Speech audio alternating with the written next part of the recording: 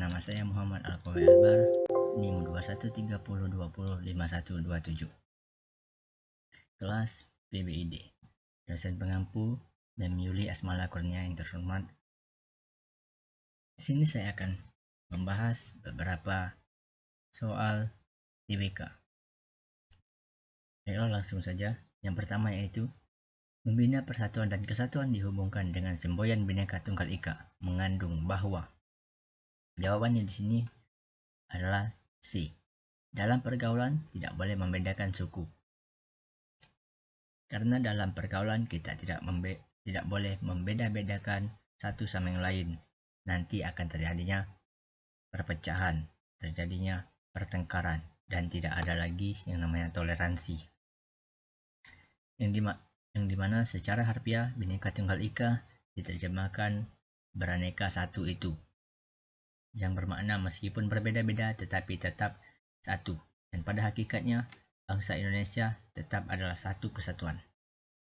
Semboyan ini digunakan untuk menggambarkan persatuan dan kesatuan bangsa dan negara Indonesia yang terdiri dari beraneka ragam budaya seperti bahasa daerah, ras, suku bangsa, budaya, agama, dan kepercayaan, sehingga dalam membina persatuan dan kesatuan dalam pergaulan tidak boleh membedakan suku satu sama yang lain. Soal kedua, yaitu pembangunan tidak boleh bersifat pragmatis. Hal ini berarti jawabannya di sini adalah pembangunan tidak hanya mementingkan tindakan nyata dan mengabaikan pertimbangan etis. Yang mana Pancasila sebagai paradigma dijabarkan dalam penggunaan sehingga dan hasil pembangunan sesuai dengan Pancasila. Sebagaimana pembangunan tidak boleh bersifat pragmatis, yaitu pembangunan tidak hanya mementingkan tindakan nyata dan mengabaikan pertimbangan etis. Yang ketiga yaitu mengembangkan sikap bahwa bangsa dari seluruh umat manusia merupakan perwujudan sila. Jawabannya ini sila kedua, yaitu kemanusiaan yang adil dan beradab. Yang dimaksud kemanusiaan yang adil dan beradab itu, kita tidak boleh menghakimi orang secara langsung, tidak melewati jalur hukum, yang mana seharusnya pemerintah atau kepolisian lah yang bisa menghakimi. Bangsa Indonesia merasa dirinya sebagai bagian dari seluruh umat manusia dengan mengembangkan sikap hormat, menghormati, dan bekerja sama dengan bangsa lain.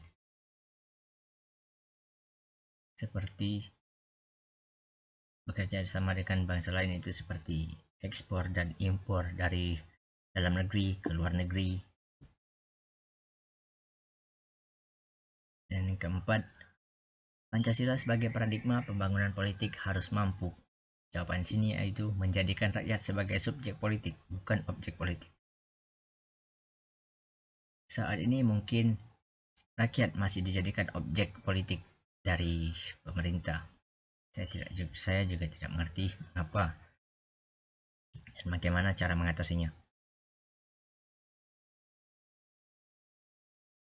Pancasila sebagai paradigma, yang artinya nilai-nilai dasar Pancasila secara normatif berisi anggapan dasar, kerangka acuan, keyakinan, serta pedoman dalam perencanaan, pelaksanaan, dan pengawasan, dan pemanfaatan hasil-hasil pembangunan nasional yang dijalankan di Indonesia, serta menjadikan rakyat sebagai subjek politik dan bukan objek politik. Dan yang terakhir yaitu berikut ini yang termasuk dimensi realitas sila ketiga Pancasila, kecuali jawabannya yaitu di mengembangkan sikap saling tenggang rasa dan tepa selera. Dimensi realitas adalah nilai-nilai dasar yang tercantum di ideologi dan mencerminkan kenyataan hidup yang ada di dalam masyarakat, di mana ideologi itu untuk pertama kalinya yang termasuk dalam dimensi realitas ketiga yaitu adalah mengembangkan sikap saling tenggang rasa. Sikap saling tenggang rasa itu yang dimaksud hormat kepada orang lain. Yang muda hormat kepada yang lebih tua, begitupun yang tua bisa menghargai yang muda. Baiklah, terima kasih. Mungkin itu saja yang dapat saya jelaskan. Saya akhiri. Wassalamualaikum warahmatullahi wabarakatuh.